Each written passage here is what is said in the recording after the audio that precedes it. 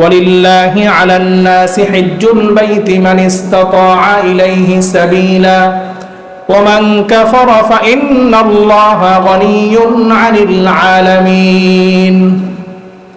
আল্লাহ তাআলা মানুষের উপর হজকে ফরজ করেছেন। কার উপর ফরজ? মান ইসতাতাআ ইলাইহি সাবিলা, যেই ব্যক্তি আল্লাহর ঘর বাইতুল্লাহ যাওয়ার মতো যার তৌফিক আছে, সামর্থ্য আছে, আল্লাহর ঘর বাইতুল্লাহ পর্যন্ত যাওয়ার মতো যার অর্থ আছে, সম্পদ আছে, সেখানে গিয়ে হজ যতদিন পর্যন্ত আদায় করবে, সেখানে যতদিন থাকবে, সেখানে থাকা খাওয়ার খরচ, আসার খরচ, যাওয়ার খরচ, এবং সে যতদিন অনুপস্থিত থাকবে পরিবারের কাছ থেকে, ততদিন পর্যন্ত পরিবারের খরচাদি চালানোর মতো সামর্থ্য যার আছে, ওই ব্যক্তির উপর জীবনে একবার হজ করা ফরজ। বর্তমান সময়ে হজ করার জন্য আমাদের যে খরচ হয়, স্বাভাবিকভাবে 6 থেকে 7 লক্ষ টাকা নর্মালভাবে খরচ হয়ে থাকে। কোনো ব্যক্তির কাছে যদি এই পরিমাণ অর্থ থাকে, যেটার মাধ্যমে সে বাইতুল্লাহ যাবে, আসবে, সেখানে থাকবে, সম্পূর্ণ টোটাল এই পরিমাণ অর্থ তার কাছে থাকে, এবং তার পরিবার ওই সময় চলার মতো, পরিবারের খরচ চালানোর মতো সেই খরচ যদি পরিবারকে দিয়ে যেতে সক্ষম হয়, এমন ব্যক্তির উপর হজ ফরজ। আমাদের অনেকেই আছি, আমাদের উপর হজ ফরজ হয়েছে, কিন্তু আমরা চাকরি শেষ হবে, ছেলে বিয়ে দিব, মেয়ে বিয়ে দিব, বাড়ির কাজ সম্পাদন করব, দুনিয়াবি অনেকগুলো আশা পূরণ করব, তারপরে হজে যাব, সেই আশায় আমরা হজ বিলম্ব করি, হজের জন্য আমরা দেরি করি। অথচ রাসূলুল্লাহ সাল্লাল্লাহু আলাইহি ওয়াসাল্লাম ইরশাদ করেছেন, তাআজ্জিলু ইলাল হজ, তোমাদের উপর হজ ফরজ হয়ে গেলে তোমরা দ্রুত হজ আদায় করে ফেলো। তার কারণ, ফাইন্না আহাদাকুম লা ইয়াদরি মা ইউরিদু লাহু, কারণ তোমাদের কেউ এই খবর জানে না যে তুমি আগামীতে যে হজ করবে, আগামীতে তুমি সুস্থ থাকবে না অসুস্থ হবে, আগামীতে তুমি জীবিত থাকবে না মৃত্যুবরণ করবে, আগামীতে তোমার কাছে সম্পদ থাকবে না তুমি সম্পদ শূন্য হয়ে যাবে, এই খবর কেউ জানে না। হতে পারে তুমি আগামীতে যাবে, সে নিয়ত করেছো, আগামী দিন আসার আগে আগে তোমার মৃত্যু চলে আসতে পারে। আগামী দিন আসার আগে আগে তুমি যখন সুস্থ আছো অসুস্থ হয়ে যেতে পারো।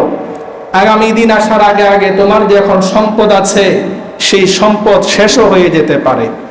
এই জন্য আল্লাহ রাসূল বলেছেন, তাআজ্জিলু, তোমরা হজ করার ক্ষেত্রে বিলম্ব করবে না, হজ ফরজ হয়েছে, সাথে সাথে হজ আদায় করো। হজের যেই কার্যাবলী আছে, হজের কার্যাবলী, এটা একজন দুর্বল মানুষ, অসুস্থ মানুষের পক্ষে আদায় করা সম্ভব নয়। হজ করতে গেলে একজন মানুষকে অনেক কষ্ট করতে হয়। হজের কার্যাবলী কষ্টের। আল্লাহ রাসূল বলেন, আল হাজ্জু ওয়াল আজ, হজ মানেই হচ্ছে কষ্ট করা। শারীরিকভাবে যেভাবে কষ্ট, আর্থিকভাবে তো আছেই, আর্থিকভাবে সম্পদ ব্যয় তো আছেই। وقال تعالى في شان حبيبه آمرا ومخبرا إن الله وملائكته يصلون على النبي يا أيها الذين آمنوا صلوا عليه وسلموا تسليما صلى الله على سيدنا وآله وأصحابه وسلم صلى الله على سيدنا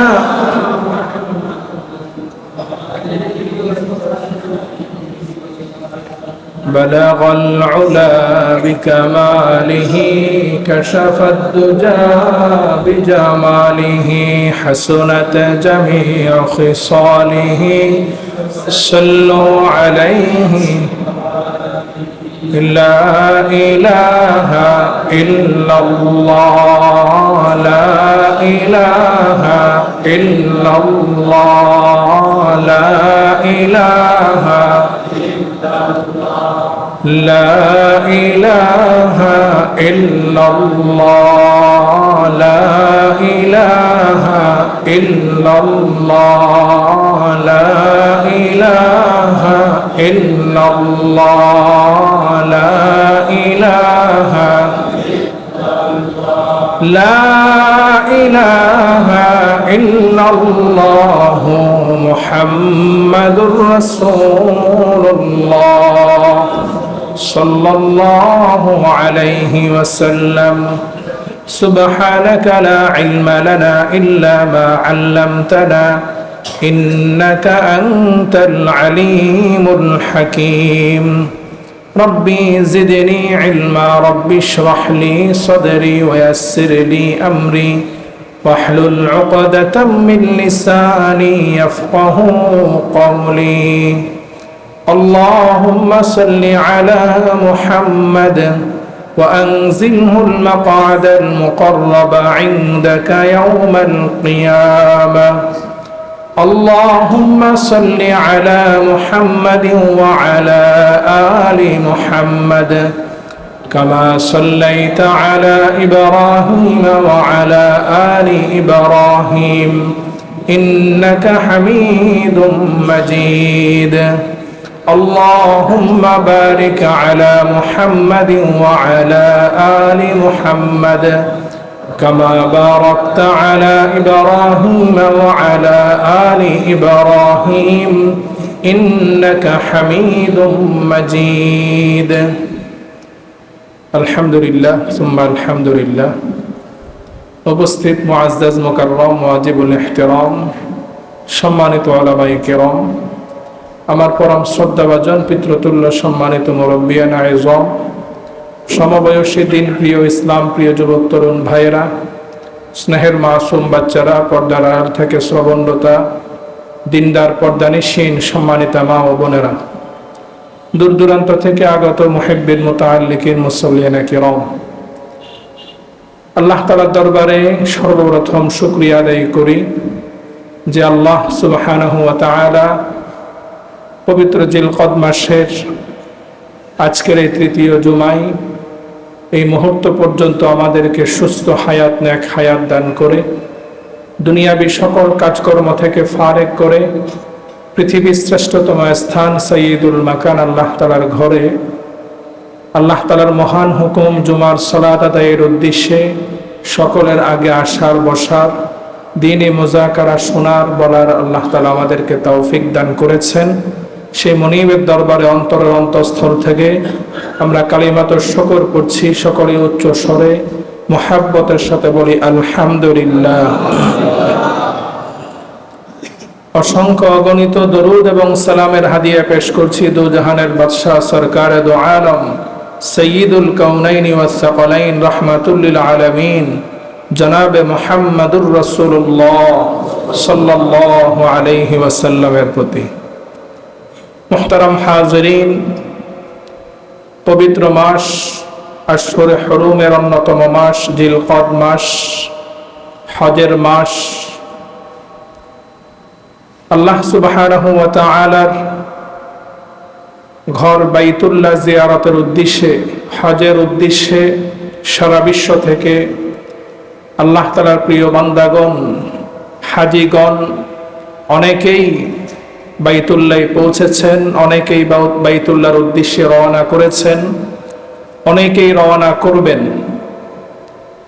আমরা দোয়া করি আল্লাহ তাআলা সকল হাজীদের হজকে আল্লাহ তাআলা যেন কবুল করেন আমিন মুহতারাম হাজিরিন আল্লাহ সুবহানাহু ওয়া তাআলা সারা পৃথিবীর সব কিছুর স্রষ্টা আল্লাহ সুবহানাহু ওয়া তাআলা একক স্রষ্টা তার সাথে কোনো শরীকদার নেই আল্লাহ তাআলা একক পালনকর্তা আল্লাহ তাআলার সাথে কোনো শরীকদার নেই আল্লাহ সুবহানাহু ওয়া তাআলা যত মাখলুকাত সৃষ্টি করেছেন, সৃষ্টিজীবের মধ্যে আল্লাহ তাআলার শ্রেষ্ঠ সৃষ্টি হলো মানব জাতি, মানুষ। আল্লাহ সুবহানাহু ওয়া তাআলা আমাদেরকে শ্রেষ্ঠতম সৃষ্টি মানুষ হওয়ার যে সৌভাগ্য দান করেছেন, এটা আল্লাহ তাআলার পক্ষ থেকে আমাদের জন্য অন্যতম শ্রেষ্ঠ নিয়ামত। মানুষ হওয়ার পর আল্লাহ সুবহানাহু ওয়া তাআলা আমাদেরকে ঈমান নামক শ্রেষ্ঠ নিয়ামত আল্লাহ তাআলা আমাদেরকে দিয়েছেন। আল্লাহ তাআলা আমাদেরকে মুমিন হিসাবে কবুল করেছেন। পাশাপাশি আল্লাহ তাআলা আমাদেরকে শ্রেষ্ঠ নবীর শ্রেষ্ঠ উম্মত হওয়ার তৌফিক দিয়েছেন। এগুলো আল্লাহ তাআলার পক্ষ থেকে আমাদের জন্য সর্বশ্রেষ্ঠ নিয়ামত। আল্লাহ সুবহানাহু ওয়া তাআলা পৃথিবীতে যত মাখলুকাত সৃষ্টি করেছেন, সকল মাখলুকাত সৃষ্টির উদ্দেশ্য হচ্ছে সকল মাখলুকাত আল্লাহ তাআলা আমাদের উপকারের জন্য, আমাদের কল্যাণের জন্য আল্লাহ তাআলা সৃষ্টি করেছেন। আল্লাহ সুবহানাহু ওয়া তাআলা সূরা বাকারার 29 নম্বর আয়াতে আল্লাহ তাআলা বলছেন, হুয়াল্লাযী খালাকালাকুম মা ফিল আরদি জামিআ। তিনি সেই সত্তা, তিনি এই ভূখণ্ডে যা কিছু সৃষ্টি করেছেন সব কিছু তোমাদের জন্য, তোমাদের কল্যাণের জন্য। আল্লাহ সুবহানাহু ওয়া তাআলা সকল মাখলুকাতকে সৃষ্টি করেছেন আমাদের কল্যাণের জন্য, আর আল্লাহ তাআলা আমাদেরকে সৃষ্টি করেছেন আল্লাহ তাআলার গোলামের জন্য। পবিত্র কোরআনের সূরা জারিয়াতে আল্লাহ তাআলা বলছেন, ওয়ামা খালাকতুল জিন্না ওয়াল ইনসা ইল্লা লিয়াবুদুন। আমি মানব জাতি এবং জিন জাতিকে সৃষ্টি করেছি একমাত্র আমার ইবাদতের জন্য। আল্লাহ তাআলার দাসত্বের জন্য, আনুগত্যের জন্যই আল্লাহ তাআলা আমাদেরকে সৃষ্টি করেছেন। আল্লাহ হচ্ছেন আমাদের মুনিব, আমরা হচ্ছি আল্লাহর গোলাম, আল্লাহর দাস।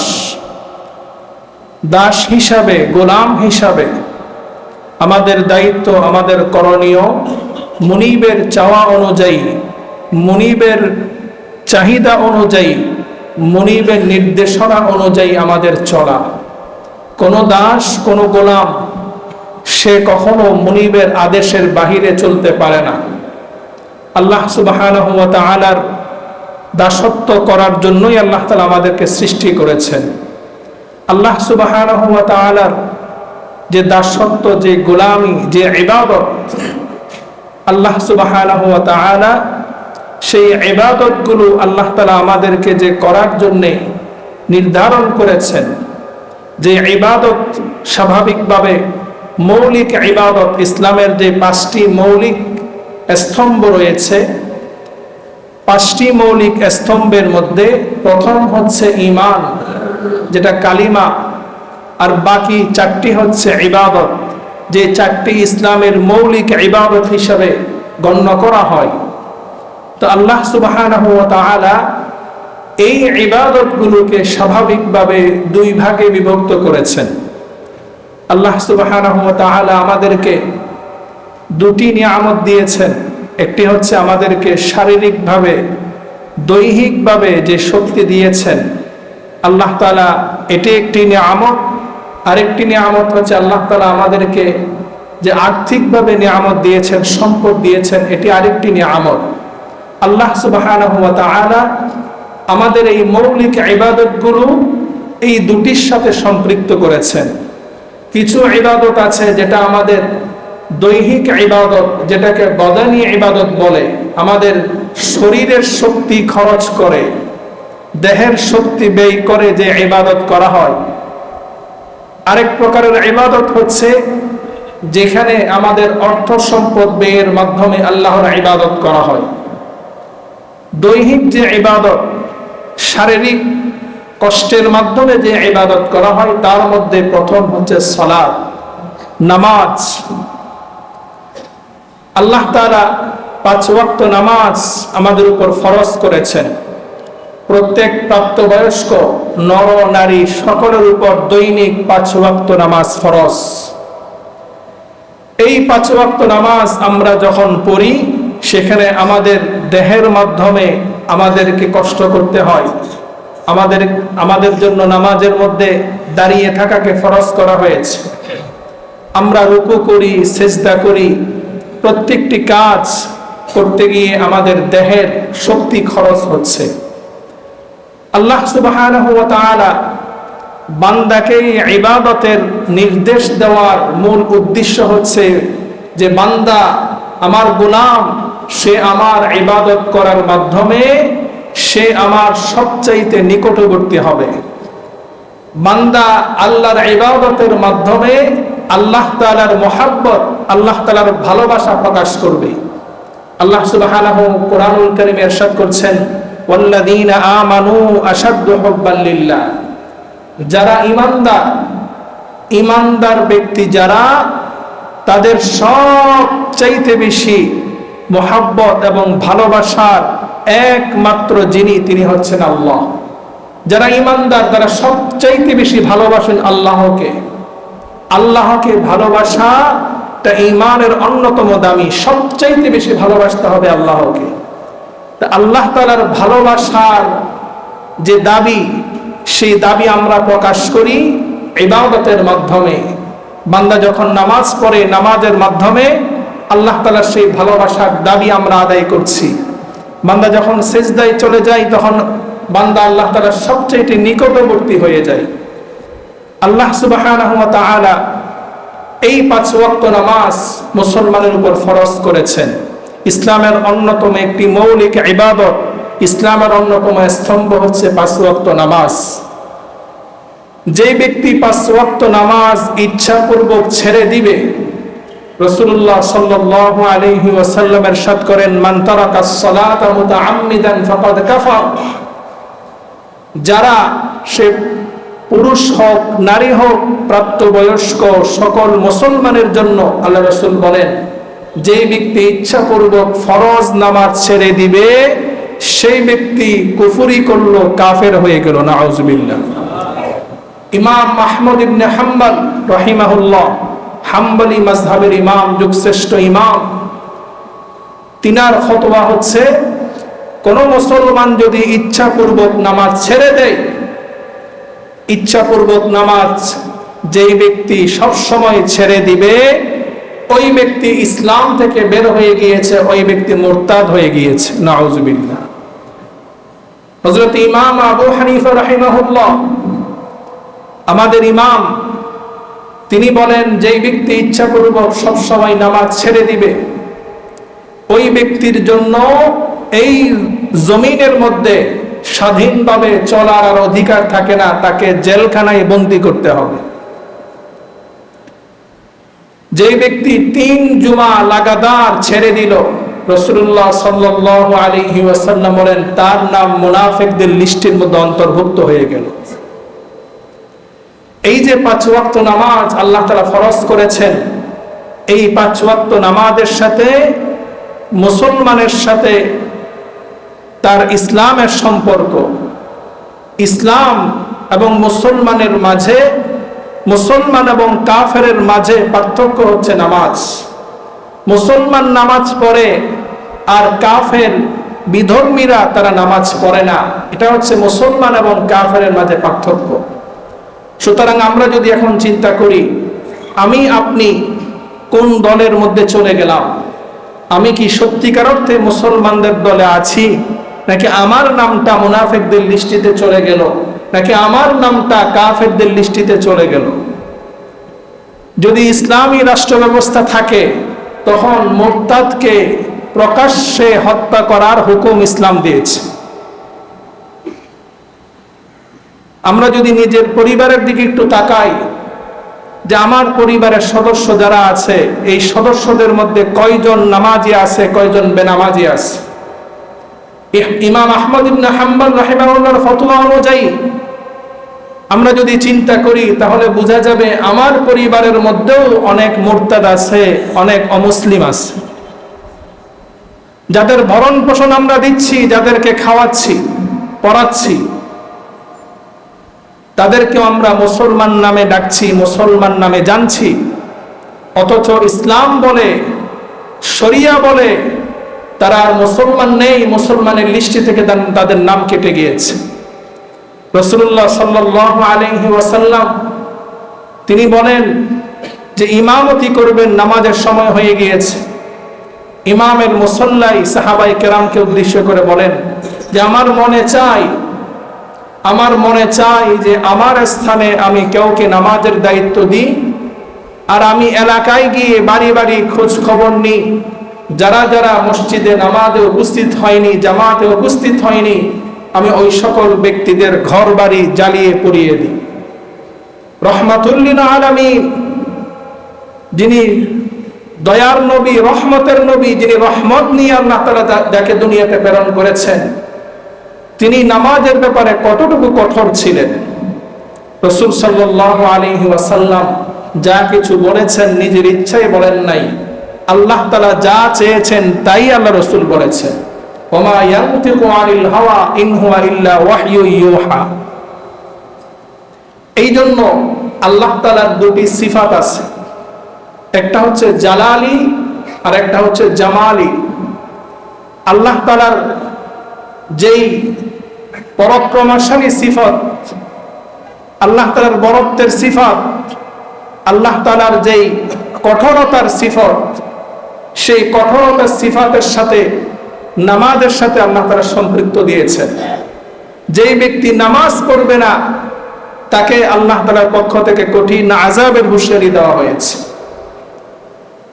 তো আল্লাহ সুবহানাহু ওয়া তাআলা আমাদেরকে যে ইবাদতের নির্দেশ দিয়েছেন, মৌলিক ইবাদতগুলো আমাদের দেহের সাথে সম্পৃক্ত। আরেক প্রকার ইবাদত হচ্ছে আমাদের অর্থের সাথে সম্পৃক্ত, যেমন যাকাত। যাকে আল্লাহ তাআলা সম্পদ দিয়েছেন নেসাব পরিমাণ, যে সম্পদের মালিক, তার উপর বৎসরে একবার শতকরা 2.5% সম্পদ যাকাত দেওয়া তার উপর ফরজ। আরেকটি ইবাদত হচ্ছে সওম। রমাদানে 1 মাস আমাদের উপর রোজাকে ফরজ করা হয়েছে। এটা আমাদের দেহের সাথে সম্পৃক্ত। সারাদিন আল্লাহর সন্তুষ্টির জন্য আমরা না খেয়ে আমরা আল্লাহর সন্তুষ্টির জন্য রোজা রাখি। আমাদের দৈহিক কষ্টের মাধ্যমে ইবাদত করা হয়। সওম, এটার দ্বারা আমরা সংযম শিখি, যে একমাত্র আল্লাহকে খুশি করার জন্যই আমি না খেয়ে আছি, আল্লাহকে খুশি করার জন্যই আমি স্ত্রী থেকে দূরত্ব অবলম্বন করছি। এই সংযমের মাধ্যমে বান্দা আল্লাহ তাআলার নৈকট্য অর্জন করে। আরেকটি ইবাদত এমন ইবাদত যেটা আদায় করতে গিয়ে আমাদের দৈহিক শক্তি যেভাবে খরচ করতে হয়, ঠিক তেমনি ভাবে আর্থিকভাবেও আমাদেরকে সম্পদ ব্যয় করতে হয়। সেই ইবাদতের নাম হচ্ছে হজ। দেহ এবং অর্থ, বদন এবং মাল উভয়ের মুশতারিক, উভয়ের সম্পৃক্ততায় যেই ইবাদত করতে হয় সেটা হচ্ছে হজ। বর্তমানে যেটার মৌসুম, হজের মৌসুম, হজের মাস। হজ এমন একটি ইবাদত যেটার সাথে আমাদের দেহের সাথে সম্পর্ক, যেটার সাথে আমাদের অর্থের সাথে সম্পর্ক। আল্লাহ সুবহানাহু ওয়া তাআলা ইসলামের যে 5টি স্তম্ভ দিয়েছেন, 5টি রুকন দিয়েছেন, তার মধ্যে অন্যতম একটি রুকন হচ্ছে হজ। প্রত্যেক মুসলমানের উপর জীবনে একবার হজ করা ফরজ, যদি তার উপর তার সামর্থ্য থাকে হজ করার। আল্লাহ সুবহানাহু ওয়া তাআলা পবিত্র কোরআনুল কারীমে ইরশাদ করছেন, ওয়ালিল্লাহি আলান নাসি হিজ্জুল বাইতি মান ইসতাতাআ ইলাইহি সাবিলা ওয়া মান কাফারা ফাইন্নাল্লাহা গনিয়্যুন আনিল আলামিন। আল্লাহ তাআলা মানুষের উপর হজকে ফরজ করেছেন। কার উপর ফরজ? মান ইসতাতাআ ইলাইহি সাবিলা, যেই ব্যক্তি আল্লাহর ঘর বাইতুল্লাহ যাওয়ার মতো যার তৌফিক আছে, সামর্থ্য আছে, আল্লাহর ঘর বাইতুল্লাহ পর্যন্ত যাওয়ার মতো যার অর্থ আছে, সম্পদ আছে, সেখানে গিয়ে হজ যতদিন পর্যন্ত আদায় করবে, সেখানে যতদিন থাকবে, সেখানে থাকা খাওয়ার খরচ, আসার খরচ, যাওয়ার খরচ, এবং সে যতদিন অনুপস্থিত থাকবে পরিবারের কাছ থেকে, ততদিন পর্যন্ত পরিবারের খরচাদি চালানোর মতো সামর্থ্য যার আছে, ওই ব্যক্তির উপর জীবনে একবার হজ করা ফরজ। বর্তমান সময়ে হজ করার জন্যে আমাদের যে খরচ হয় স্বাভাবিকভাবে 6 থেকে 7 লক্ষ টাকা নরমালভাবে খরচ হয়ে থাকে।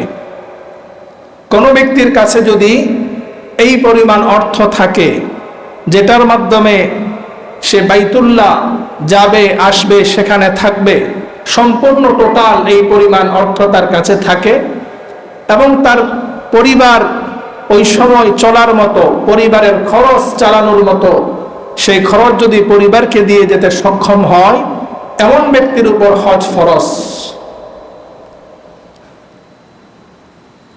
আমাদের অনেকেই আছি আমাদের উপর হজ ফরজ হয়েছে, কিন্তু আমরা চাকরি শেষ হবে, ছেলে বিয়ে দিব, মেয়ে বিয়ে দিব, বাড়ির কাজ সম্পাদন করব,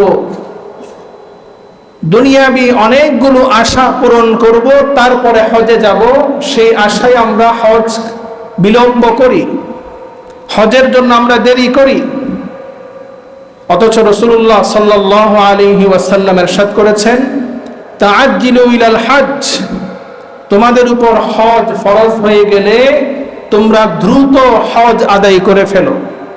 তার কারণ ফাইন্না আহাদাকুম লা ইয়াদরি মা ইউরিদু লাহু, কারণ তোমাদের কেউ এই খবর জানে না যে তুমি আগামীতে যে হজ করবে, আগামীতে তুমি সুস্থ থাকবে না অসুস্থ হবে, আগামীতে তুমি জীবিত থাকবে না মৃত্যুবরণ করবে, আগামীতে তোমার কাছে সম্পদ থাকবে না তুমি সম্পদ শূন্য হয়ে যাবে, এই খবর কেউ জানে না।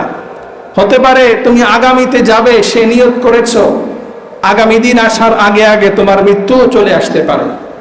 আগামী দিন আসার আগে আগে তুমি যখন সুস্থ আছো অসুস্থ হয়ে যেতে পারো। আগামী দিন আসার আগে আগে তোমার যে এখন সম্পদ আছে সেই সম্পদ শেষও হয়ে যেতে পারে।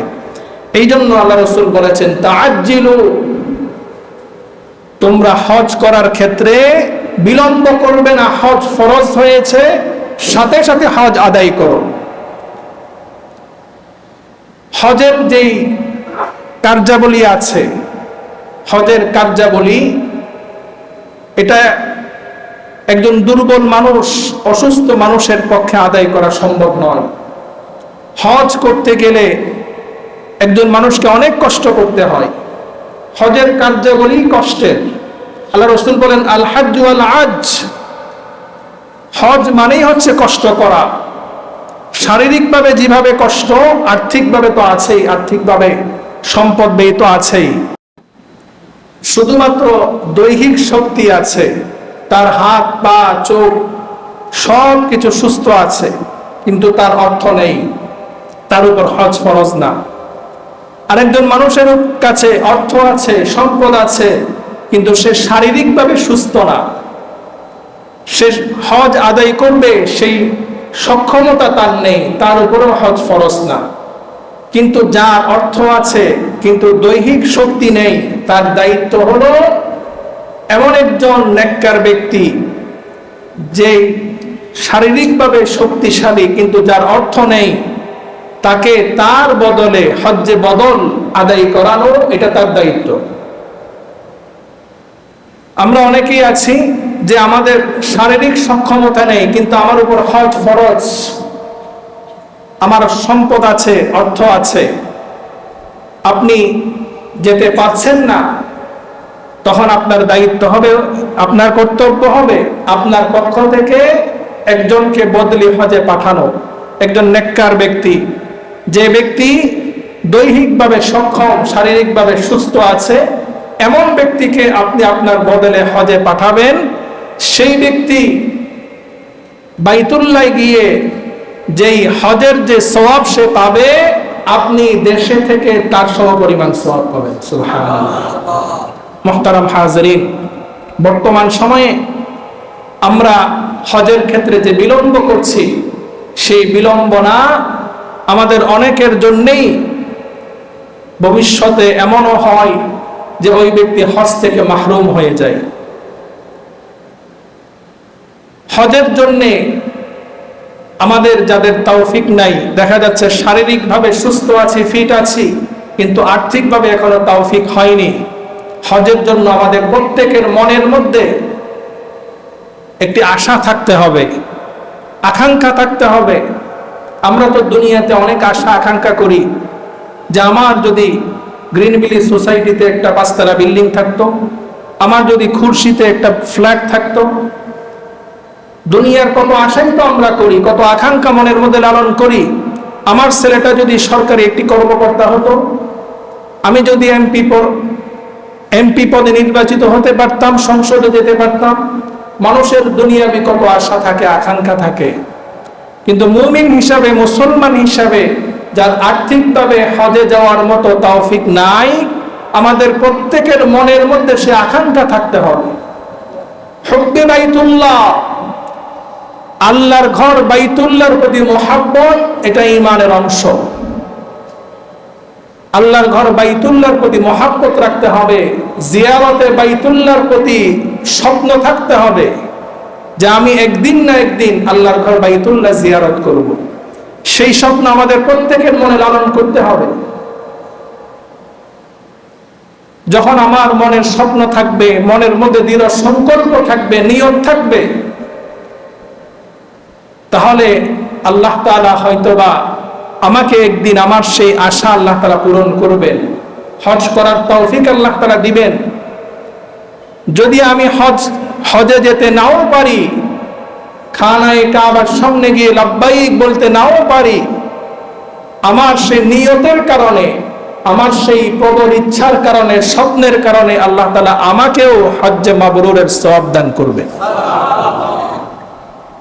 রাসূলুল্লাহ সাল্লাল্লাহু আলাইহি ওয়াসাল্লাম ইরশাদ করেছেন, যেই ব্যক্তি শাহাদাতের তামান্না রাখে, আল্লাহর কাছে যেই ব্যক্তি আল্লাহর রাস্তায় জিহাদ করে মৃত্যুবরণের তামান্না রাখে, শাহাদাতের তামান্না রাখে, যে আমি একদিন আল্লাহর রাস্তায় জিহাদ করব, জিহাদ করতে করতে আমি শাহাদাত বরণ করব, শহীদ হব, এই তামান্না যে ব্যক্তি রাখলো, কিন্তু দেখা গেল তার জিহাদ করা তার আর সম্ভব হয়নি, জিহাদের ময়দানে যাওয়ার সুযোগ হয়নি। আল্লাহ রাসূল বলেন, ওই ব্যক্তি যদি নিজ বিছানায়ও মৃত্যুবরণ করে, আল্লাহ তাআলা তাকে শাহাদাতের মাকাম দান করবে। ঠিক এই হাদিসের উপরে কিয়াস করে মুহাদ্দিসিনে কেরাম বলেন, যেই ব্যক্তি হজের তামান্না রাখবে, হজের স্বপ্ন লালন করবে যে হে আল্লাহ, আমার এখন সম্পদ নেই, আমার এখন অর্থ নেই, কিন্তু আমার প্রবল ইচ্ছা, মনের স্বপ্ন, খানায়ে কাবার গিলাফ ধরে আপনাকে ডাকবো, আপনার সামনে হাজিরা দেব, আপনার হাবিবের রওজার সামনে গিয়ে সালাত ও সালাম জানাবো। এই স্বপ্ন যারা লালন করে, আল্লাহ তাআলা অবশ্যই অবশ্যই তাদেরকে একদিন না একদিন সেই তৌফিক দিবেন। যদিও সুযোগ না হয়, সেই সওয়াব আল্লাহ তাআলা দান করবেন। এই জন্য আসুন আমরা প্রত্যেকেই মনের মধ্যে সেই দৃঢ় সংকল্প রাখি, স্বপ্ন লালন করি যে জিয়ারতে বাইতুল্লাহ আমরা করবই করব। আল্লাহর কাছে দোয়া করতে হবে, পাশাপাশি আমাদেরকে চেষ্টা করতে হবে। মুফতি তকি ওসমানী তকি ওসমানী দামাত বারাকাতুহুল আলিয়া, তিনি এখনো জীবিত আছেন, বর্তমান বিশ্বের মধ্যে অন্যতম শ্রেষ্ঠ মুফতি। তিনি তিনার কিতাবের মধ্যে লিখেছেন যে তিনার বড় বোন ইন্তেকাল করেছেন। মুফতি তকি ওসমানী ওনার বোন ওনার পিতার কাছে আরজ করত, বাবা, আমার মনে বড় ইচ্ছা জিয়ারতে বাইতুল্লাহ, হজ করার প্রবল আকাঙ্ক্ষা আমার মনে।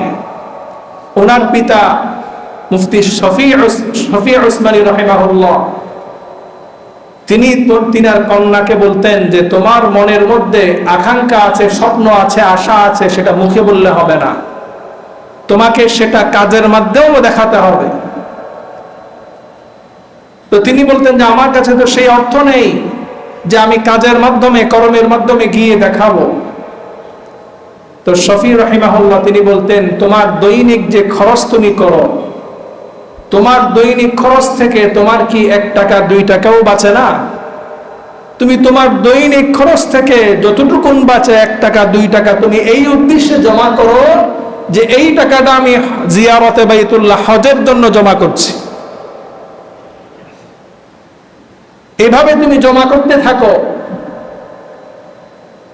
মুফতি তকি ওসমানী বলেন যে আমার বোন তিনি মৃত্যুবরণ করেন, মৃত্যুবরণ করার সময় তিনার যেই ঘর ছিল সেই ঘরে একটি কাপড়ের থলি ছিল, সেই কাপড়ের থলিতে লেখা ছিল রাহে হজ, আল্লাহর ঘর বাইতুল্লাহ জিয়ারতের জন্যে জমানো অর্থ। সেখানে দেখলাম আমরা 1 টাকা 2 টাকা করে সেখানে 65,000 টাকা জমা ছিল। তো বর্তমান সময়ে আমাদের মনের মধ্যে স্বপ্ন যেভাবে লালন করতে হবে, ঠিক তেমনি ভাবে অর্থ আস্তে আস্তে আমরা জমা করি। আমরা তো অনেক কিছুর জন্যই অর্থ জমা করি। হজের জন্য একটা অ্যাকাউন্ট আমরা করি, হজের জন্য একটা ব্যাংক অ্যাকাউন্ট করে সেখানে আমরা যদি অল্প অল্প জমা করি, দেখা যাবে একদিন ইনশাআল্লাহ আল্লাহ তাআলা আমাদেরকে সুযোগ দান করবেন। মুহতারাম হাজরিন, হজ যারা আমরা করব, যারা এবছর যাবেন বা ভবিষ্যতে যাবেন, একটি বিষয় আমাদেরকে খেয়াল রাখতে হবে, হজ 3টি জিনিসের সমন্বয় থাকতে হবে। আমাদের দৈহিকভাবে যেমনিভাবে আমাদেরকে কষ্ট করতে হবে, আমাদের আর্থিকভাবে সম্পদ যেভাবে ব্যয় করতে হবে, ঠিক তেমনি ভাবে হজ করার জন্য আমাদের অন্তর লাগবে, ইখলাস লাগবে। একমাত্র আল্লাহ সন্তুষ্টির জন্য হজ এবং উমরা করতে হবে। আল্লাহ সন্তুষ্টি ছাড়া আমার কোনো ইবাদত আল্লাহর দরবারে গ্রহণযোগ্য নয়। বর্তমান বড় ফিতনা হচ্ছে আমাদের ভিতরে ইখলাস উঠে যাচ্ছে, ইবাদতের রূহানিয়ত উঠে যাচ্ছে। ইবাদতের রূহ, ইবাদতের আত্মা হচ্ছে ইখলাস। আল্লাহ তাআলা পবিত্র কোরআনে বলছেন ওয়াতিমুল হাজ্জা ওয়াল উমরাতা লিল্লাহ, তুমি হজ এবং উমরা সেটা আদায় করবে একমাত্র আল্লাহর সন্তুষ্টির জন্য, আল্লাহর খুশির জন্য। রাসূলুল্লাহ সাল্লাল্লাহু আলাইহি ওয়াসাল্লাম ইরশাদ করেছেন, এমন একটা জামানা আসবে, এমন একটা সময় আসবে, মানুষ হজ করবে উমরা করবে মানুষ দেখানোর জন্য। মানুষ হজ করবে উমরার উদ্দেশ্যে যাবে ব্যবসা করার জন্য।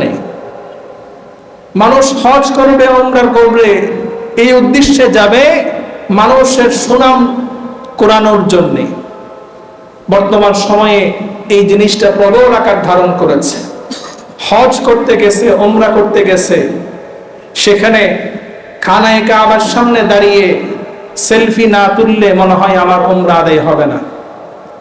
খানায়ে কাবায় গিয়ে সেখানে মোবাইলে লাইভ ভিডিও না করলে মনে হয় যেন আমাদের হজ আদায় হবে না।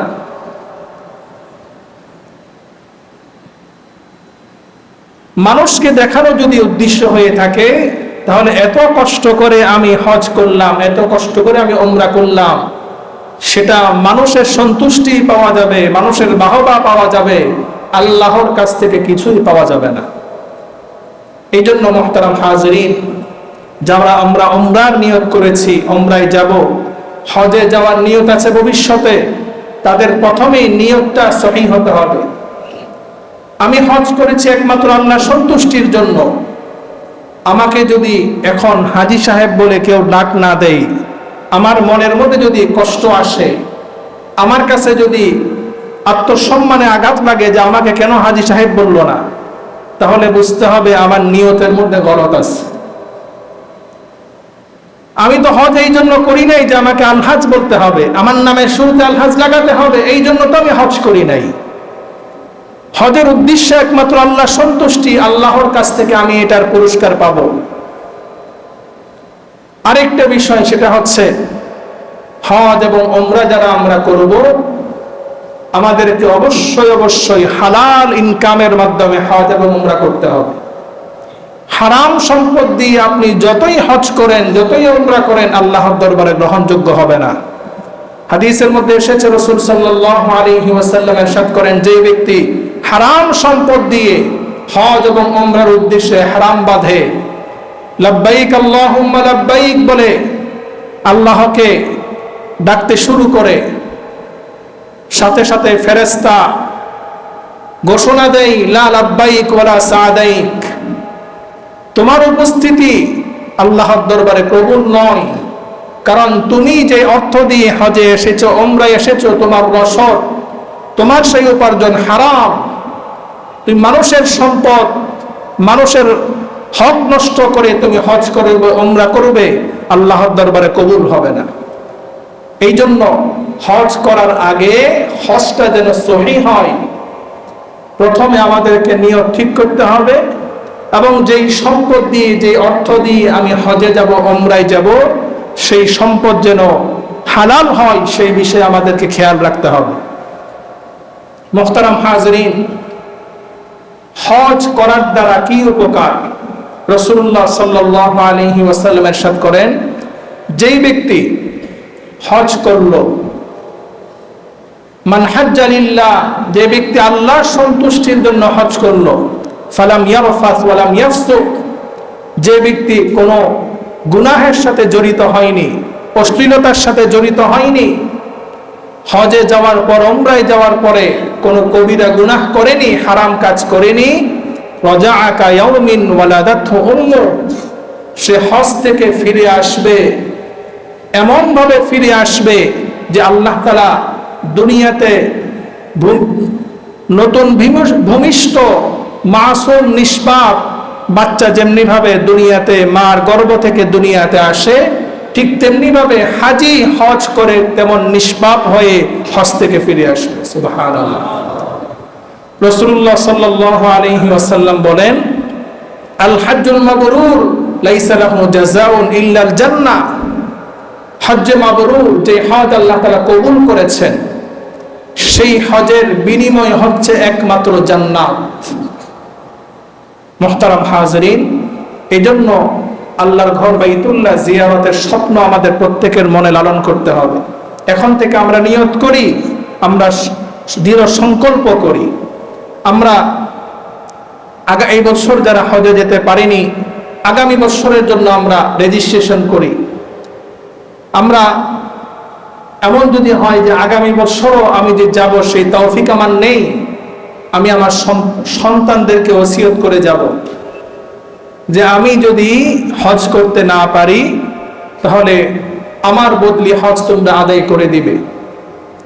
সন্তানদেরকে ওসিয়ত করে যাওয়া উত্তম। আপনি এই দুনিয়াতে কতদিন বাঁচবেন তার কোনো গ্যারান্টি নেই, যে কোনো মুহূর্তে আপনি দুনিয়া থেকে চলে যেতে পারি।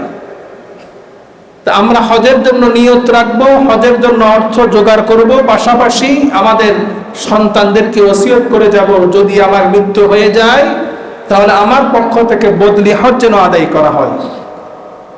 আর আমাদের ঘরের মা বোন যারা আছে, মহিলারা যারা আছে, তাদের উপর হজ ফরজ। তাদের শারীরিকভাবে সুস্থতা এবং অর্থ, এটার পাশাপাশি হজ ফরজ হওয়ার জন্য তাকে মাহরাম ব্যক্তি সাথে নিয়ে যেতে হবে, এটা তার জন্য ফরজ। মাহরাম ব্যক্তি ছাড়া কোনো নারী, কোনো মহিলা হজে গেলে তার হজ হবে না। এই জন্য কোনো একজন নারী তিনি হজে যাওয়ার জন্য তার যেমনিভাবে দৈহিকভাবে সুস্থতা, আর্থিকভাবে সচ্ছলতা, এটা যেমনিভাবে তার উপর থাকা তার জন্য জরুরি, ঠিক তেমনি ভাবে তার সাথে একজন মাহরাম ব্যক্তি সাথে নিয়ে যাওয়া, এটাও তার জন্য কর্তব্য। এই ছাড়া কোনো নারী মাহরাম নাই, কিন্তু তার শারীরিক সুস্থতা আছে, আর্থিকভাবে সচ্ছলতা আছে, তার উপর হজ ফরজ হবে না। আল্লাহ তাআলা আমাদের সকলকে জিয়ারতে বাইতুল্লাহ, আল্লাহ তাআলা যেন আমাদের সকলের তৌফিক দান করেন। আমরা সেইভাবে চেষ্টা করব, আল্লাহ তাআলার কাছে দোয়া করব। ওয়া মা তাওফীকি ইল্লা বিল্লাহ। ক্বাবলাল জুমআ 4 রাকাত সুন্নাত আদায় করে নিই।